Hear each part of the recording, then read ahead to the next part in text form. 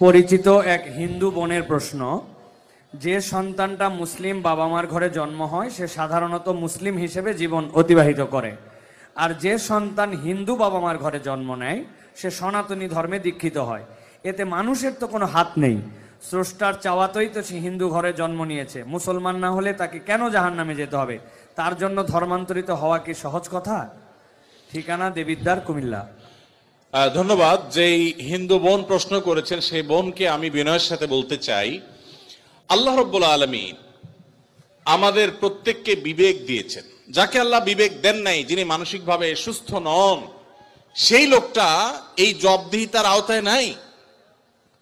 আল্লাহ যাকে সুস্থ বিবেক দিয়েছেন তাকে তার বিবেক সত্যের প্রতি অনুসন্ধান করার, সত্যের পথ খুঁজে বের করার শক্তি সামর্থ্য দিয়েছেন। এটা ঠিক যে মুসলিম পরিবারে জন্মগ্রহণ করার কারণে একজন শিশু একটা অ্যাডভান্টেজ পায় ইসলাম গ্রহণ করবার জন্য। একজন শিশু তিনি অন্য ধর্মাবলম্বী মা বাবার ঘরে জন্মগ্রহণ করার ফলে সে এই অ্যাডভান্টেজটা পায় না, এটা ঠিক। কিন্তু আল্লাহ যে তাকে বিবেক বুদ্ধি দিয়েছেন, সেই বিবেক বুদ্ধি খরচ করা তার কর্তব্য।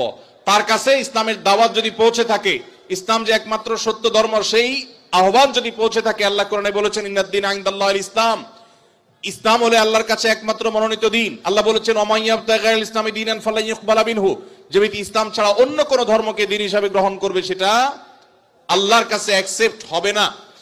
এই যে অ্যাকসেপ্টেড হবে না দিন ছাড়া অন্য, ইসলাম ছাড়া অন্য কোনো কিছু, এই দাওয়াত পৌঁছার পর তার দায়িত্ব হয় তার বিবেককে খরচ করা, এটা আসলেই সত্য দিন কিনা সেটা অনুসন্ধান করা। সে এতটুকু যদি না করে তাহলে সে তো আল্লাহর কাছে দায়ী হবে। হ্যাঁ, যেটা আপনি বলেছেন যে অমুসলিম পরিবারে জন্মগ্রহণ করে ইসলাম গ্রহণ করা কি সহজ কাজ? না, সহজ কাজ না, কঠিন কাজ। আর এই কঠিন কাজের জন্যই তো তার বিনিময় এত বেশি যে সে যত পাপ করেছে আল্লাহ তাআলা এই কঠিন কাজটা করার কারণে তার সব মাফ করে দিবে। আল ইসলামু ইয়াহদিমু মা কানা ক্বাবলাহু, ইসলামের আগে সবগুলো আল্লাহ তাআলা মাফ করে দিবেন, কারণ সেই কঠিন কাজটা করেছে। মুসলমানকে তো এরকম আল্লাহ তাআলা তার পুরো প্রোফাইল ডিলিট করে দেওয়ার মতো কথা বলেন নেই। এটা নতুন ইসলামে যারা আসবেন তাদের জন্য রয়েছে। আর যারা খ্রিস্টানদের সম্পর্কে আল্লাহ বলেছেন আহলে কিতাবদের সম্পর্কে যে তারা যদি ইসলামে আসে তাদেরকে ডাবল সওয়াব আল্লাহ তাআলা দিবেন, কষ্ট হবে, ফ্যামিলির বিরুদ্ধে তাকে যেতে হবে, এই জন্যই তো আল্লাহ তাআলা এই রিওয়ার্ড গুলো তাকে দিচ্ছেন। আল্লাহ আমাদের সবাইকে হেদায়েত লাভ করার তৌফিক দান করুন। কাউকে আল্লাহ তাআলা মুসলিম বাবা মার ঘরে জন্মগ্রহণ করিয়ে অ্যাডভান্টেজ দিয়েছেন, কাউকে আল্লাহ তাআলা মুসলিম সোসাইটির মধ্যে রেখে অ্যাডভান্টেজ দিয়েছেন, কাউকে আল্লাহ বিবেক বুদ্ধিতে শার্প রেখে তাকে অ্যাডভান্টেজ দিয়েছেন। অ্যাডভান্টেজ সবাই কম বেশি পাচ্ছে, তবে আমাদের কাছে শুধু নিজেদের দুর্বলতাটাই চোখে পড়ে। আল্লাহ আমাদেরকে হেদায়েতের পথে পরিচালিত করুন, বলুন আমিন। স্বামী আদেশ করলেই কি শ্বশুর শাশুড়ির সেবা করতেই হবে? সেবা করতে গিয়ে অনেক সময় আমি অসুস্থ হয়ে যাই, এক্ষেত্রে ইসলাম কি বলে? ভাইরা আমার, স্বামী যদি আদেশ করে যে আমার বাবা মার খেদমত করো, এখন বোনের প্রশ্ন হলো আমি অসুস্থ হয়ে গেলেও কি স্বামীর সে নির্দেশ মানতে হবে কিনা? উত্তর হলো না। যদি এই পর্যায়ের হয় যে আপনি শ্বশুর শাশুড়ির সেবা করতে গিয়ে আপনি সুস্থ না থাকেন, এই পর্যায়ের আপনার সেবার প্রশ্ন আসে, তো আপনি নিজেকে অসুস্থ করে ফেলে তারপরে শ্বশুর শাশুড়ির খেদমত করতে হবে, এত কঠিন নির্দেশ ইসলাম আপনাকে দেয় নাই।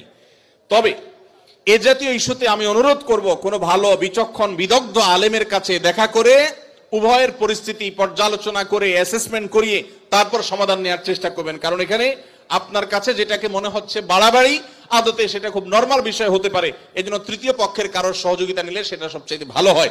এই প্রশ্নোত্তরের সংক্ষিপ্ত সেশনে আমরা অল্প কথা উত্তর দিয়ে গেলে আপনার ভুল বোঝার সম্ভাবনা আছে। সেজন্য কোন দক্ষ আলেমের কাছে, বিচক্ষণ ইমাম সাহেবের কাছে গিয়ে দুজন মিলে তারপরে পুরো অবস্থা জানাবেন।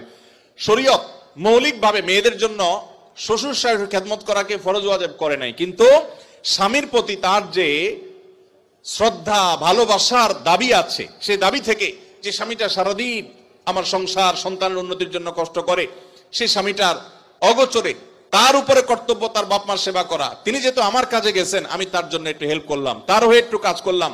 তাছাড়া মা বাবার মতো বয়সী মানুষ, তারা যখন আশেপাশে তাদের সেবা করার মানসিকতা থাকা দরকার। কিন্তু সেই সাথে এটাও ঠিক যে আমাদের সমাজে অনেক শ্বশুর শাশুড়ি আছে আস্ত জোয়ান তাগড়া সুস্থ সবল, এরপরও সে আশা করে বসে থাকে বৌমা সব করে দিবে। এটা খুব বাজে একটা অভ্যাস। অনেক শ্বশুর শাশুড়ি আছে তারা মনে করে বৌমা ঘরে আসছে মানে হলো কাজের মেয়ে ঘরে আসছে, অতএব আমাদের এটা বাই ডিফল্ট পাওনা হয়ে গেছে। এটা খুবই বাজে একটা উদাহরণ। শ্বশুর শাশুড়িদেরও আল্লাহর কাছে বিচার আছে, তারা জুলুম করলে, সীমালঙ্ঘন করলে তাদেরও দায় আল্লাহ তাআলার কাছে থাকবে। নিজের মেয়েটা তাকে দিয়ে কোনো কাজ করায় না, আরেক ঘরে মেয়ে আসছে, তাকে দিয়ে সারাদিন গাদা খাটনি করা, এটা জুলুম। অতএব জুলুমও করা যাবে না, আবার বোনরা শ্বশুর শাশুড়িদেরকে ইগনোরও করবেন না। আল্লাহ তাআলা আমাদেরকে আল্লাহর নির্দেশকে যথাযোগ্যভাবে মানার তৌফিক দান করুন। বেনামাজি মানুষ মৃত ব্যক্তিকে গোসল করাতে পারবে কিনা? মৃত ব্যক্তিকে বেনামাজি গোসল করাইলে গোসল হয়ে যাবে, কোনো অসুবিধা হবে না। তবে সন্দেহাতীত ভাবে এটা মুসলমানদের কর্তব্য, কোন এলাকাতে কেউ মারা গেলে যারা দিনদার মুসলমান তারা তাকে কবরস্থ করবে এবং তার দাফন কাফনের ব্যবস্থা করবে। কোন বেনামাজি করলেও আদায় হয়ে যাবে ফরজটা সবার পক্ষ থেকে ইনশাআল্লাহ। বিভিন্ন অ্যাপ ব্যবহার করার কারণে বিভিন্ন পয়েন্ট দেওয়া হয়ে থাকে, এসব পয়েন্ট ব্যবহার করে বিভিন্ন অফার নেওয়া জায়েজ হবে কিনা? ভাইরা আমার, যদি কোনো অ্যাপস ইউজ করলে আপনাকে পয়েন্ট দেয়, সেই পয়েন্ট আপনি এক্সচেঞ্জ করে কোনো সুবিধা নেন, কোনো টাকা পয়সা পান, এটা জায়েজ হবে এই শর্তে যে সেই অ্যাপটা যদি হারাম কিছু না হয়, সেটা ব্যবহার করলে যদি কোনো গুনাহের কাজ না হয়, তাহলে আপনি এটা করতে পারেন। আজকাল অনেক জুয়ার অ্যাপস বের হয়েছে, অনেক হারাম অ্যাপস আছে, সেগুলো এ ধরনের অফার দিয়ে থাকে, সেগুলো অ্যাপস ব্যবহার করাটাই ইটসেলফ একটা হারাম কাজ। অতএব সেখান থেকে পয়েন্ট নিয়ে উপার্জন করলে সেটা হারামই হবে। অতএব আপনি কোন অ্যাপস ব্যবহার করছেন আর কি পয়েন্ট দিচ্ছে আপনাকে, সেটা হলো দেখার বিষয়।